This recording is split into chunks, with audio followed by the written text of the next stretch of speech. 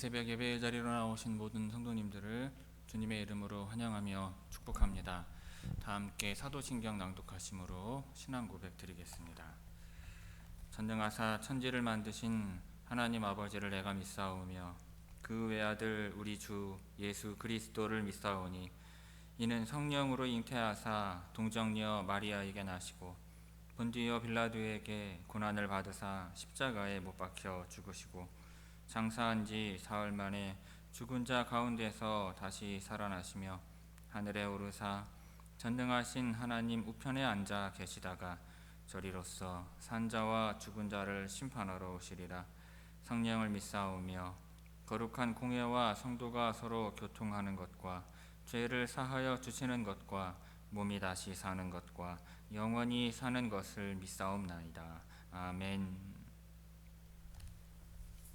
다 함께 찬송가 366장 어두운 내 눈 밝히사 찬송하시겠습니다.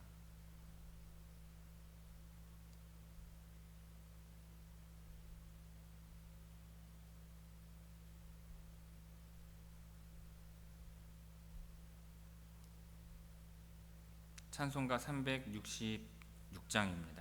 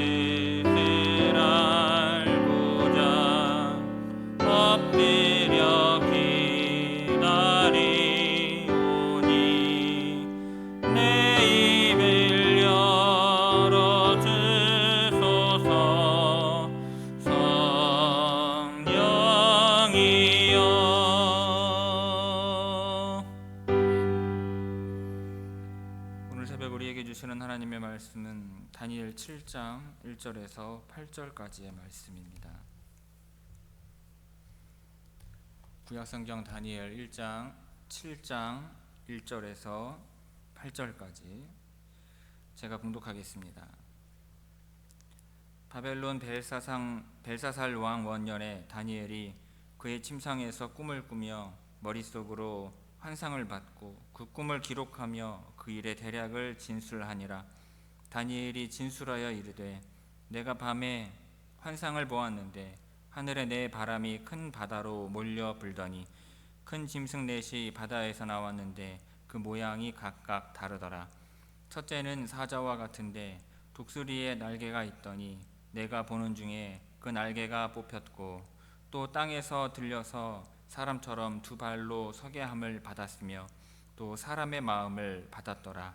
또 보니 다른 짐승 곧 둘째는 곰과 같은데 그것이 몸 한쪽을 들었고 그 입의 이사이에는 새 갈빗대가 물렸는데 그것에게 말하는 자들이 있어 이르기를 일어나서 많은 고기를 먹으라 하였더라.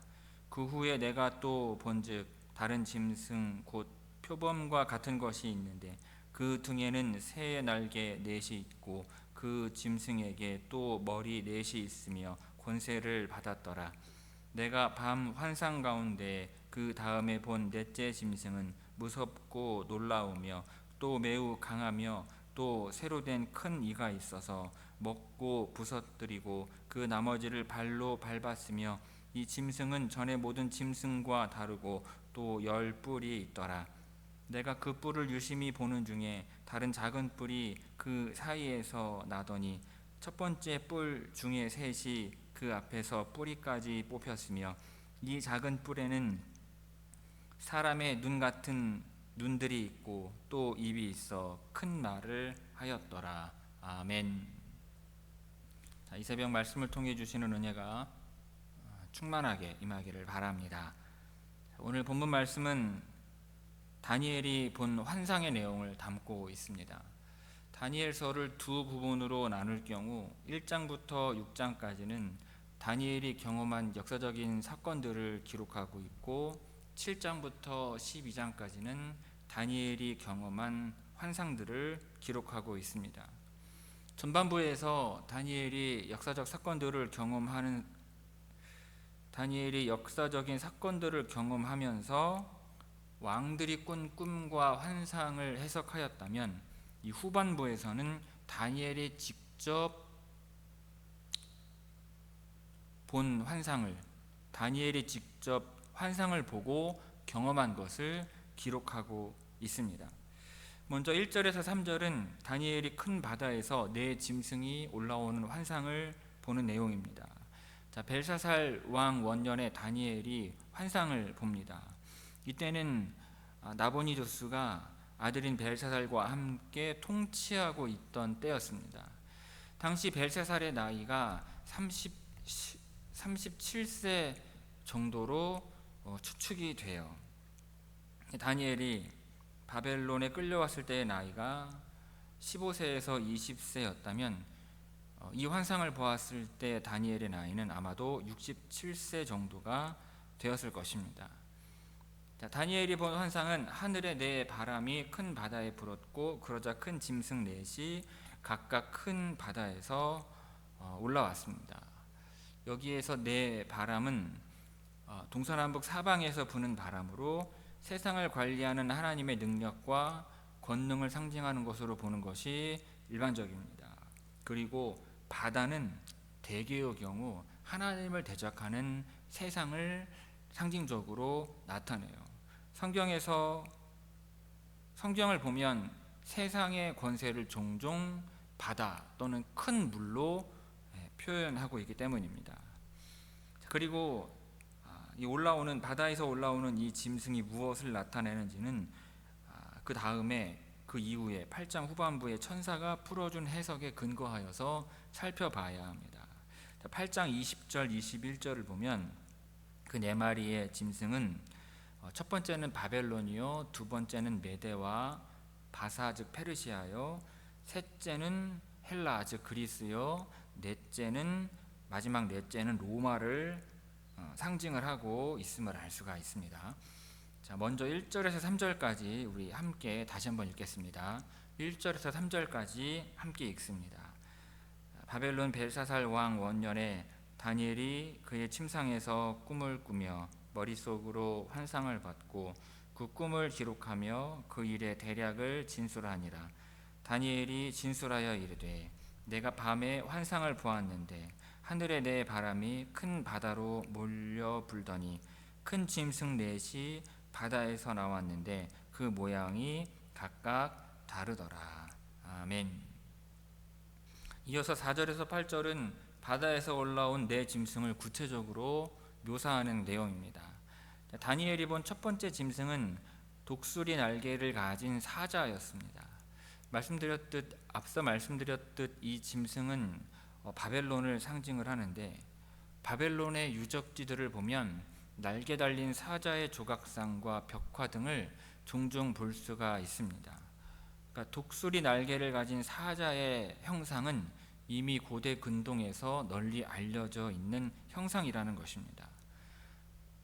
고대 근동의 먹이사슬에서 가장 위에 있던 짐승은 사자였습니다. 이 사자의 공격성과 그 독수리의 날렵함, 그 민첩함을 함께 가지고 있는 짐승을 바벨론 사람들은 가장 강력한 힘을 가진 존재로 여겼던 것입니다. 그런데 본문의 말씀을 보면 이제 독수리의 날개가 뽑혔다는 것은 그 날렵함을 잃어버렸다는 것이죠. 더구나 이 짐승은 사람 같은 모습을 지니게 되고 사람의 마음까지 받게 됩니다. 그런데 이 환상은 바벨론 왕 느부갓네살이 겪은 일들과 밀접한 연관이 있는 것으로 봅니다. 느부갓네살은 하나님의 경고를 가볍게 여긴 대가로 하나님의 경고를 가볍게 여긴 결과 회개할 수 있는 기회를 놓치고 정신적인 이상에 정신착란에 빠지게 됩니다. 하지만 정해진 기간을 모두 채운 후에 그 정신이 돌아오게 되었고 하나님을 아는 겸손한 마음을 지니게 되죠. 그런데 이 사건을 오늘 말씀에 적용해 보면 사람의 마음을 받았다는 것은 하나님을 알게 되었다는 의미로 해석할 수 있는 것입니다. 이어서 5절에서 언급하고 있는 두 번째 짐승은 곰과 같은 짐승입니다. 당시의 개념으로 곰은 사자만큼 용맹하지 못하였으므로 금수의 왕이 될 수는 없었습니다. 이러한 측면에서 볼 때 다니엘서 2장에서 느부갓네살이 꾼 꿈과 잘 맞아 떨어집니다. 느부갓네살이 꾼 꿈에서 바벨론은 금으로 된 머리였고 다니엘은 이를 해석하기를 바벨론보다 못한 나라가 일어나리라고 예언한 바가 있습니다. 결국 곰은 바벨론의 뒤를 이어 나타난 메대와 바사 제국을 상징한다고 볼 수 있는 것입니다. 그리고 몸 한편을 들었다는 표현은 이 메대와 바사가 연합하여서 하나의 제국을 이루었다가 한 나라가 다른 나라를 합병하게 될 것을 의미한다고 이해할 수 있습니다.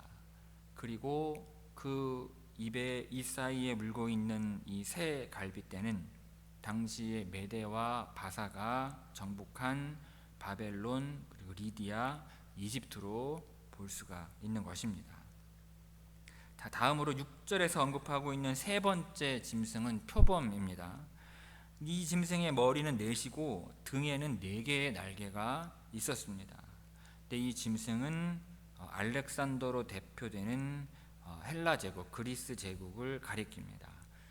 4개의 날개와 머리를 가졌다는 것은 굉장히 명철하고 민첩하다는 의미이겠죠.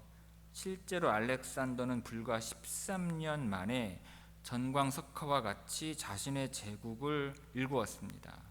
하지만 그는 32세의 나이로 병사를 하였고 그의 대제국은 4명의 부하에게 분할이 되어 안티파터는 그리스를, 라시마쿠스는 소아시아를, 그리고 셀류쿠스는 중동 지역을, 그리고 프톨레미는 이집트와 팔레스타인 지역을 차지했습니다.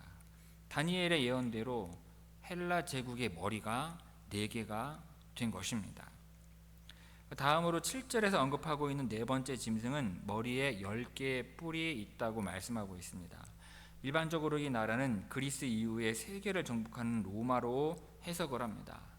보통 뿔은 권력을 상징을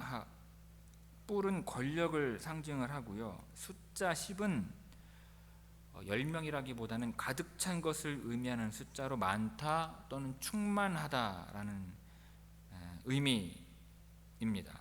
따라서 10뿔을 가졌다는 것은 로마가 전무후무한 힘과 권세를 가지게 될 것을 상징적으로 나타낸다고 할 수가 있습니다.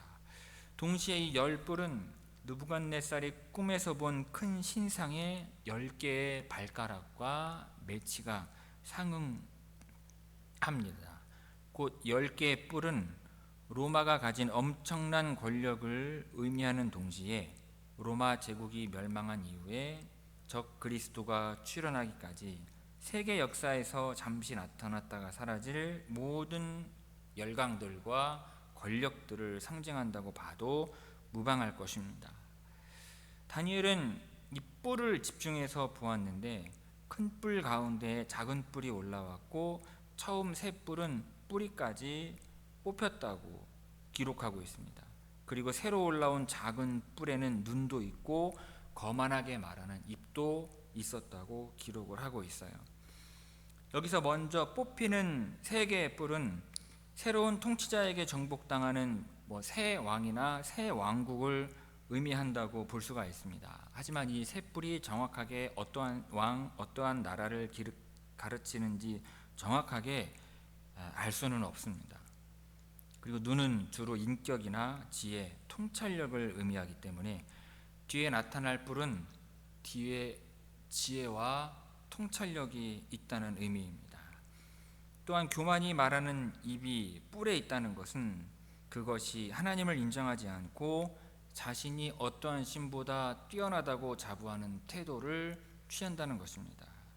그리고 궁극적으로는 이 세력이 하나님을 대적하여서 말하게 된다는 의미입니다. 4절에서 8절까지 우리 한 목소리로 함께 읽겠습니다. 4절에서 8절입니다. 첫째는 사자와 같은데 독수리의 날개가 있더니 내가 보는 중에 그 날개가 뽑혔고 또 땅에서 들려서 사람처럼 두 발로 서게 함을 받았으며 또 사람의 마음을 받았더라. 또 보니 다른 짐승 곧 둘째는 곰과 같은데 그것이 몸 한쪽을 들었고 그 입의 이 사이에는 새 갈빗대가 물렸는데 그것에게 말하는 자들이 있어 이르기를 일어나서 많은 고기를 먹으라 하였더라. 그 후에 또 내가 본즉 다른 짐승 곧 표범과 같은 것이 있는데 그 등에는 새 날개 넷이 있고 그 짐승에게 또 머리 넷이 있으며 권세를 받았더라. 내가 밤 환상 가운데 그 다음에 본 넷째 짐승은 무섭고 놀라우며 또 매우 강하며 또 새로 된 큰 이가 있어서 먹고 부서뜨리고 그 나머지를 발로 밟았으며 이 짐승은 전의 모든 짐승과 다르고 또 10뿔이 있더라. 내가 그 뿔을 유심히 보는 중에 다른 작은 뿔이 그 사이에서 나더니 첫 번째 뿔 중에 셋이 그 앞에서 뿌리까지 뽑혔으며 이 작은 뿔에는 사람의 눈 같은 눈들이 있고 또 입이 있어 큰 말을 하였더라. 아멘. 성도 여러분, 다니엘이 환상으로 본 네 짐승은 이 세상 통치자들의 악한 모습을 드러내고 있다고 할 수 있습니다. 곰과 표범같이 사나운 짐승들이 힘없고 연약한 먹이를 삼켜버리는 것처럼 강대국들은 약한 자들에게 폭력과 억압을 일삼습니다. 그런데 이러한 통치자들의 모습은 세상의 일반적인 모습이기도 합니다. 돈과 권력을 가진 사람들은 사회에서 소외된 약자들을 돌보기보다는 그들을 착취하고 이용합니다. 그런데 이처럼 하나님의 뜻을 거스르고 세상의 방식을 따랐던 모든 세력은 비참한 최후를 맞이하고 멸망하였다는 것을 우리는 기억할 필요가 있습니다.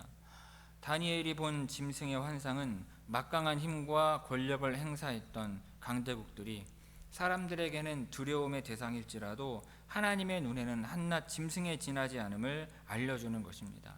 짐승들이 사냥꾼에게 사로잡히듯 언젠가 하나님께서 정하신 때가 되면 세상의 모든 악한 자들은 멸망하여서 그들이 쫓았던 가치와 방식도 하나님의 심판을 받게 될 것입니다. 그러므로 이 세상을 살아가는 성도들은 강한 자들이 남용하는 힘의 논리가 아니라 하나님의 말씀의 논리대로 살아가야 할 줄로 믿습니다. 여러분, 요즘 우리는 돈이 권력이 되는 세상을 살아가고 있습니다.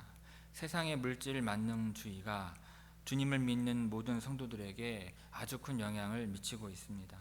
그러나 교회와 성도는 세속적이고도 물질적인 욕망을 채우기 위해 다른 사람들의 고통을 외면해서는 안 되는 것입니다. 오히려 약한 자를 섬김으로 예수님의 편에 서는 여러분들이 다 되시기를 주님의 이름으로 축원합니다. 기도하겠습니다. 아버지 하나님, 다니엘이 본 환상을 통하여서 세상의 모든 역사를 섭리하시고 인도하시는 하나님이 살아계심을 저희들 보게 됩니다.